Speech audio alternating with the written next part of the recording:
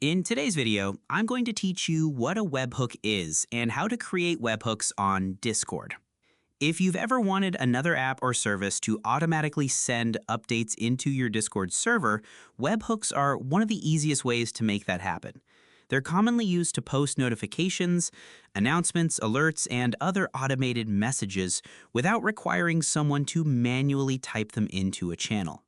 In this tutorial, you'll learn what a webhook is, why it's useful, and how to create one directly in Discord. Let's begin by understanding what a webhook actually does.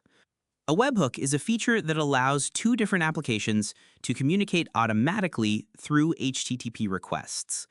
Instead of one application repeatedly checking another for new information, a webhook sends data only when a specific event happens. This event-driven approach makes communication much more efficient because updates are delivered in real time only when they're needed. As a result, applications stay synchronized while reducing unnecessary requests and improving overall performance. Now, let's walk through the process of creating a webhook in Discord. First, open Discord and sign into your account. After logging in, navigate to the server where you want the webhook to send messages.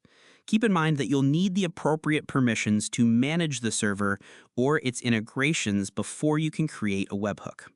Once you're inside the server, look toward the top left corner and click the down arrow next to the server name. This opens the server menu where you'll find a variety of management options. From the list, select Server Settings to access the server's configuration page. Inside Server Settings, locate and open the Integrations section. This is where Discord manages connections between your server and external services, including webhooks. When you're in this section, click Create Webhook. Discord will immediately generate a new webhook and display its settings. Now it's time to customize it. Give the webhook a descriptive name so it's easy to recognize later, especially if you plan to create multiple webhooks for different purposes. Next, choose the text channel where you want the webhook to post messages by selecting it from the available channel list. If you'd like, you can also assign a custom avatar image to help distinguish the webhook from other bots or automated services. This step is optional, but it can make your server look more organized. After you've finished customizing the webhook, click Copy Webhook URL. This unique address is what external applications will use to send messages into your selected Discord channel. Treat this URL carefully since anyone with access to it can post through that webhook. Finally, click Save Changes to apply all of your settings. And that's all there is to it.